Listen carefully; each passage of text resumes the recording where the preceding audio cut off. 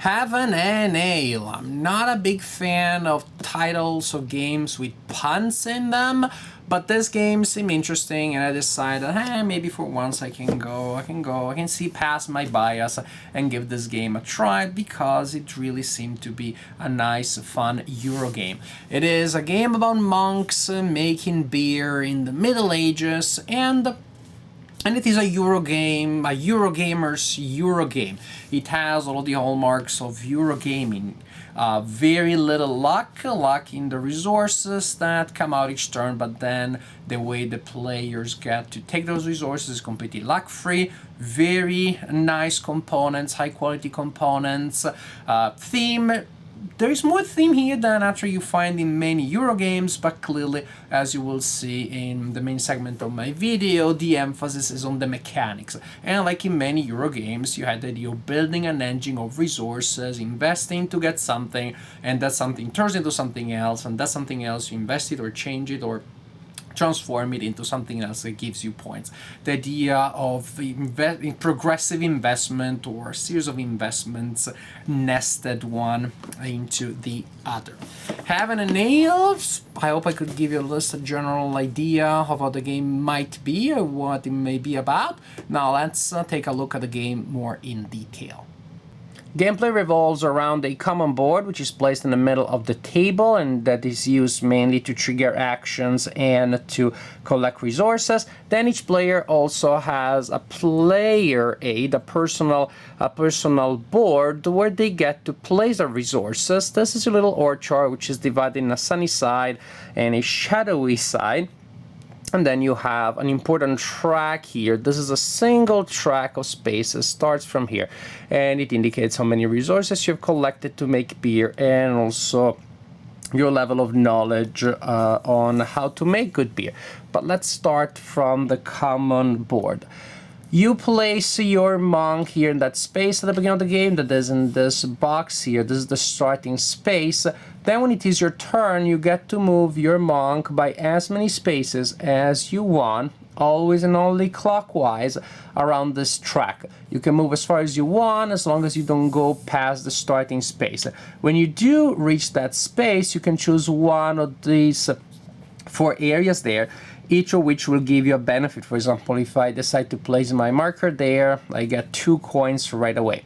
And of course, I can only stop in a space which is empty. When everybody is back there, a round is over, you get to refill the board with resources that were depleted, and you continue like this until 6 rounds have been played. At the point, you score points. Now, when you're moving, you can move as far as you want, but you can only stop on a space that contains an action that you can actually perform. For example, if you cannot stop on a space, there's a resource if you do not have enough money to purchase that resource. So you stop on the space and you must interact with that space. Some spaces contain resources, and those are those hexagonal tiles that represent various things that you use to make beer. You need the wood for the fire, and then you have wheat, hop, good water, yeast. And as you can see, there are numbers there. When you stop on a resource, you must purchase it, and you start with a certain amount of money. The cost is indicated there, but actually changes depending on the side of your personal board where you want to place it. If you're going to place it on the sunny side, you need to spend twice as much money. So, for example, 6. If you place it on the other side, you simply pay the cost indicated there, so that would be 3. 6 or 3. And the same applied to other resources. Placing this guy here or anywhere on the sunny side really is 10. Pretty expensive. You can only place resources in areas that do not have other resources already, and you cannot place them in these special areas here.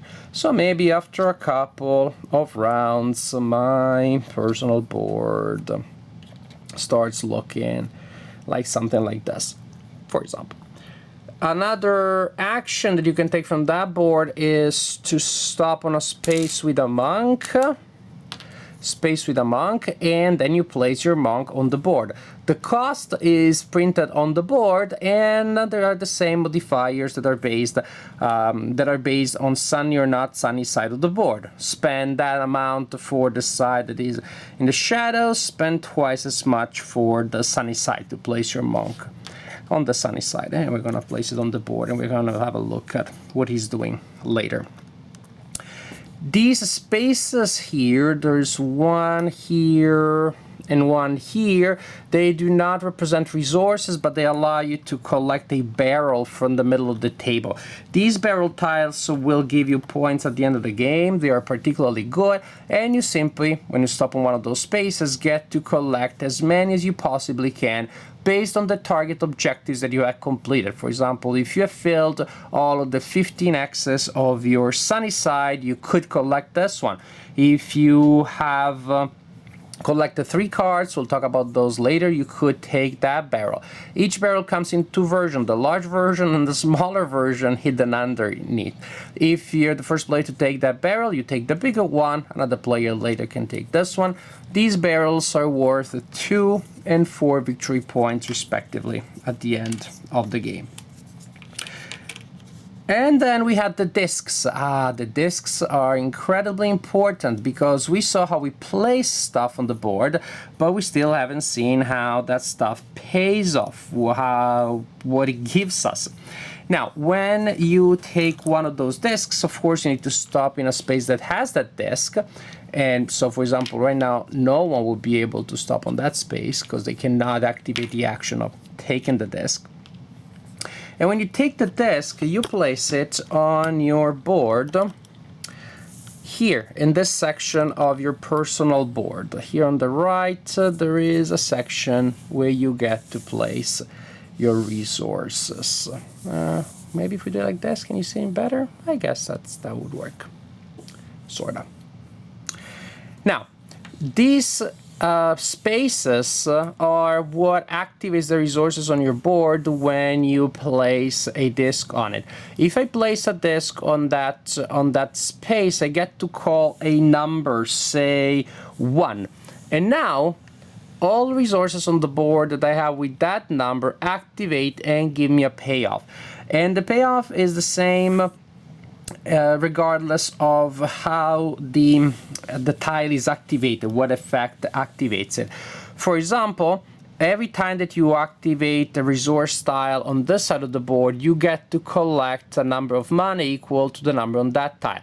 If I'm activating this tile, it gives me 3 coins. If I'm activating this tile, it gives me 1 coin.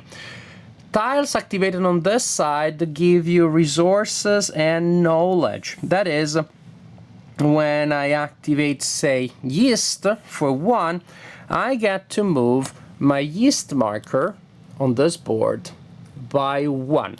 Yes, it is desirable in this game to move your resource markers as far as possible on this track here. So for example, I activate, suppose, this one for 5, then 1, 2, 3, 4, 5.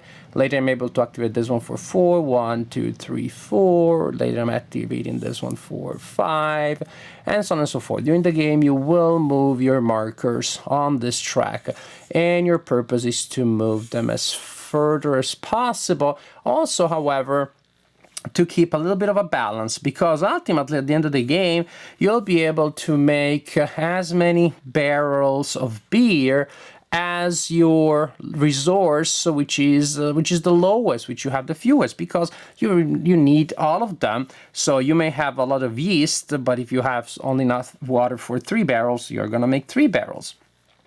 So that's very important that you keep a little bit of balance there, that you move all of your resources. And you move resources mainly by activating tiles on the sunny side.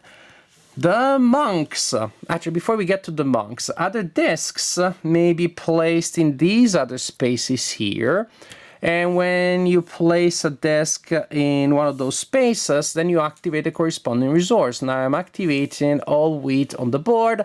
All right, in this case, I get to advance that guy by 5. Suppose I had another wheat here for 3, then I move that marker by 8. Suppose I also have a wheat tile here for 4, then I get 4 coins. So you activate everything. Some things give you money, some things give you steps on that track. The monks are interesting because when you place a disc on a monk, you activate all monks of that type on the board. And those monks, in turn, activate all tiles that are adjacent to them.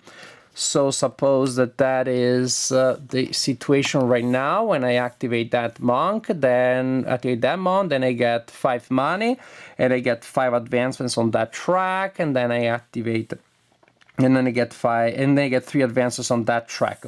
When I'm activating another monk, I also get to advance my Brewmaster. My Brewmaster is this guy here that indicates how good my beer is going to be. The resources tell me how much I make. This is how delicious it is.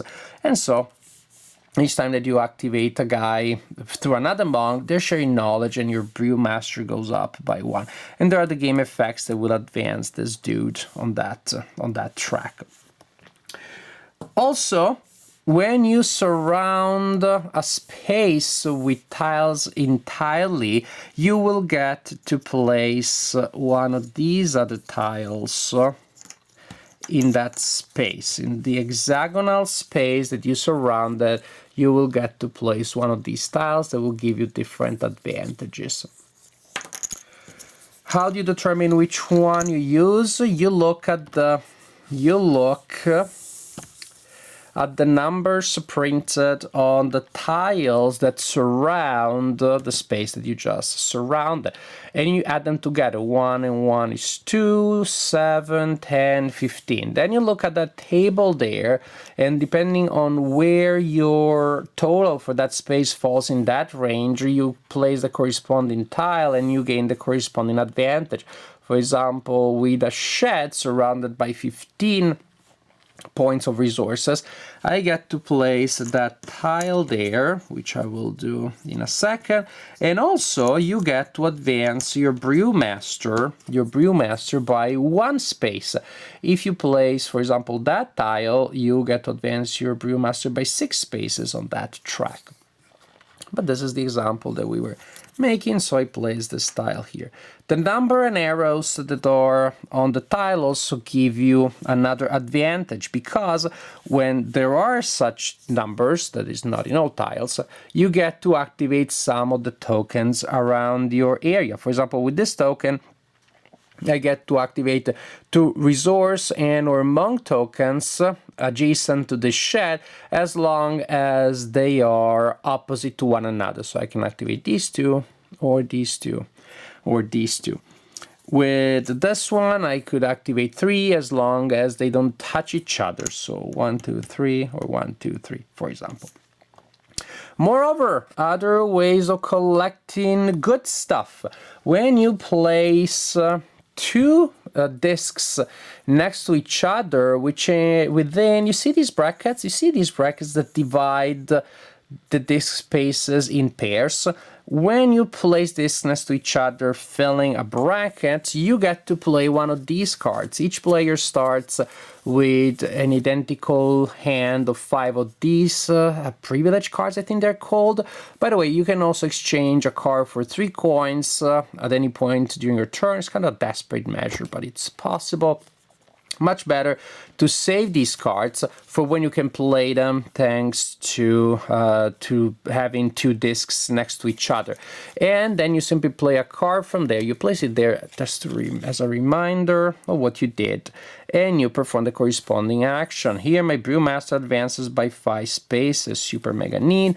This one means that each barrel will give me plus 1 point at the end of the game. I get 12 cash immediately, very important, because you may be a little starved for money during the game. This kind of effect, particularly good. A lot of good stuff. So these are the general ideas, really. That is, you will collect resources, fill up your board, activate monks, activate resources, collect money, invest money to buy more stuff, and so on and so forth. But ultimately, the idea is to collect barrels, which give you victory points, possibly trigger this card here, which also gives you victory points, and to advance your Brewmaster and your resources as much as possible on that track. At the end of the game, at the end of the 6th round, how you count how much beer you produced and how good it is may seem a little tricky, but you'll figure it out. Let's suppose that my Brewmaster, say, is here. The position of the Brewmaster at the end of the game gives you 2 pieces of information. One is how many points each barrel that you produce is worth. And the other one is a rate of conversion that you can use to exchange resources with one another to improve your production, to produce more stuff. That means, remember, you only be able to produce barrels equal to your lowest resource. So you want to move that up. 3x1 means at the end of the game, before scoring, I can move resources back by 3 spaces, and for each 3 spaces that I move back, I get to move my lowest resource up by 1. For example, I could do 1, 2, and 3.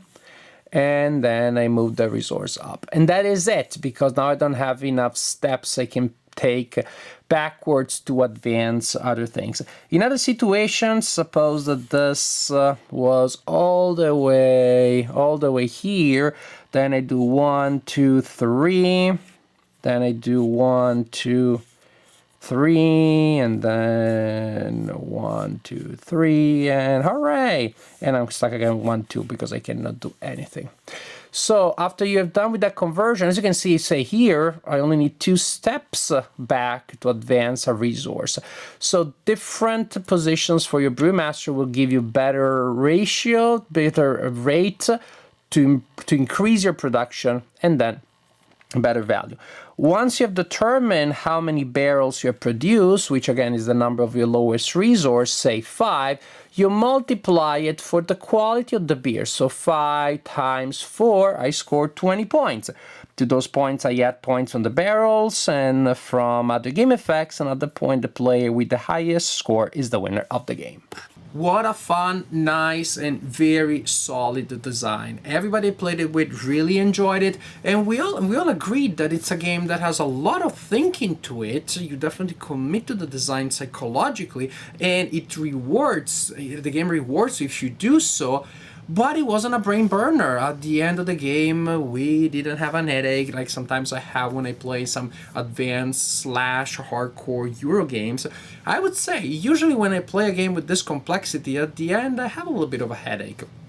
Maybe, I don't know, it's the beer theme that made things flow smoother. But at the end, I was like, wow, I had a lot of fun and I'm not exhausted. I feel like I could play another game. Really fun, really interesting game. If you like Euro games, I think then this is one that has a lot to offer.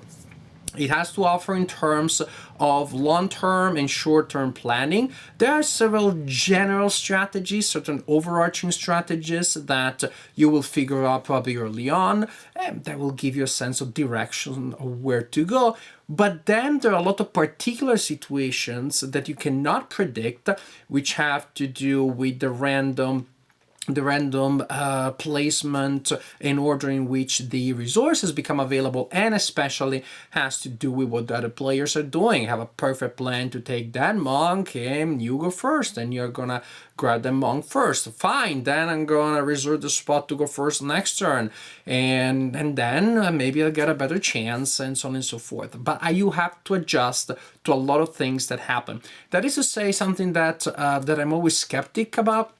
A bit of a skeptic about Euro games is that some you almost feel like they can be solved. You almost feel like you can formulate an algorithm with optimal gameplay. Not here. again, the general thing is probably early on you will want to invest more on the shadowy side of your garden that generates money. And once you have that money engine, you will start investing on expensive things to put on your sunny side. But once this is done, again, in order to get this general architecture, you do need to do a lot of tactical adjustments to what other people are doing, to the scarcity of resources that just keep disappearing. And of course, you have that interesting elements of, well, there are two resources ahead of me. Should I go for the first and then next turn for the second one? Of course, if the second one is still gonna be there, I'll just go for the second one, which maybe I like more, but now I'm skipping the other one. So there is even a little bit of pusher luck, although technically it's not luck because the other players are deciding to go and get that resource. Still, it feels like, because you are pushing elements of the design that are outside of your control, you're crossing fingers that they don't get that resource. Of course, you're looking at their board and trying to get a sense of what they are trying to achieve, but then you can never be entirely sure. Maybe another player makes a mistake and they get that resource that they don't need all that much that you needed. So there are these interesting elements that escape your control and that you have to work with. So the game to me had this really nice balance between the thinking that encourage and it reward that, and then of course the constant adjustments that you have to do because of the factors that are outside of your control. So really nice, interesting idea here. And again, all of the wheels of the design, just one gives impulse to the other in such a fun and smooth way as I'm moving around that track and getting resources. And then I'm getting those resources to create those sheds by surrounding all of those areas. And of course, I'm taking into account which side of the garden I want to be. I'm taking into account what resources are there and also the numerical value, because then the total value will determine the reward that I get from the chat. Just when I explained the game, I could see people almost rolling their eyes around the table, thinking, "Oh, this is gonna be one of those bloated things with a lot of moving parts that feel unnecessary." And then the game felt so integrated, so organic. Possibly it is because there are a couple of really basic concepts, such as the way in which the tiles are activated, which is always the same no matter how you activate them and what procedure you use to activate them. So you have variety there, but ultimately you have the idea that things on the sunny side will move your markers and things on the other side will give you money. The final procedure, again, that seemed a little confusing, but once we started implementing it with the ratio and multiplying, it felt much easier to handle, and again, miraculously more intuitive than anybody could imagine.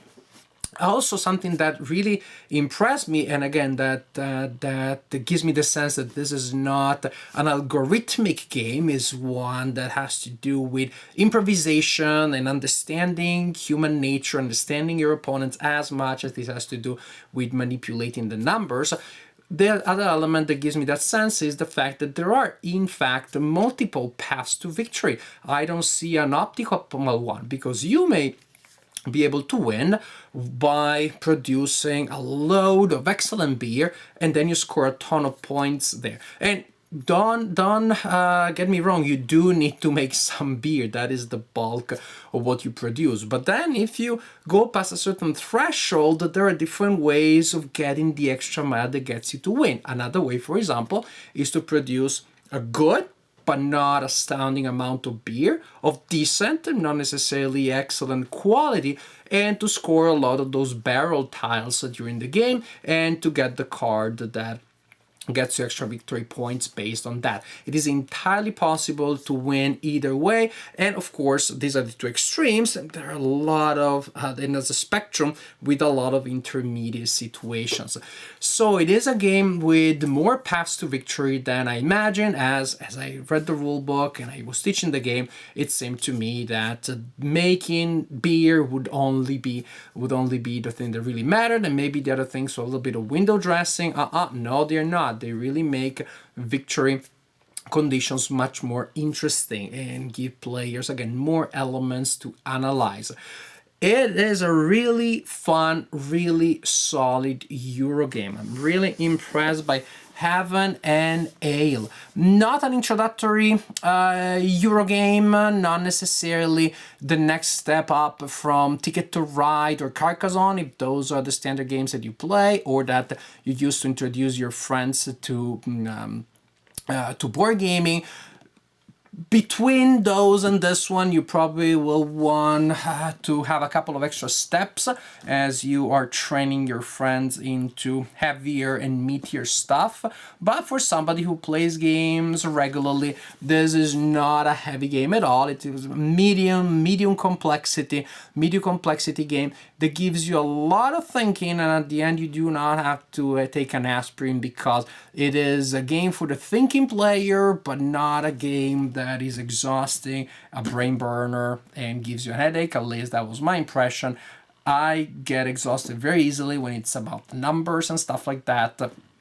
Didn't have this impression at all. I was engaged, I was interested in the design, invested, constantly analyzing interesting things, looking at what the opponents were doing, trying to deal with all the different tasks that you have to deal with. You have many resources and you need all of them to make beer. And of course your brewmaster needs to move out, and your garden needs to make sense geometrically, resource-wise. And you want to take those discs, neither too early nor too late. All of these things kept me interested, kept me engaged, without giving me a feeling of exhaustion at the end. Because of all of these reasons, Heaven and Ale gets a big endorsement from me. 2 big thumbs up, or 2 big chalices full of ale, because this game deserves it. Heaven and Ale. It has a pun in the title, but the design is a very good one.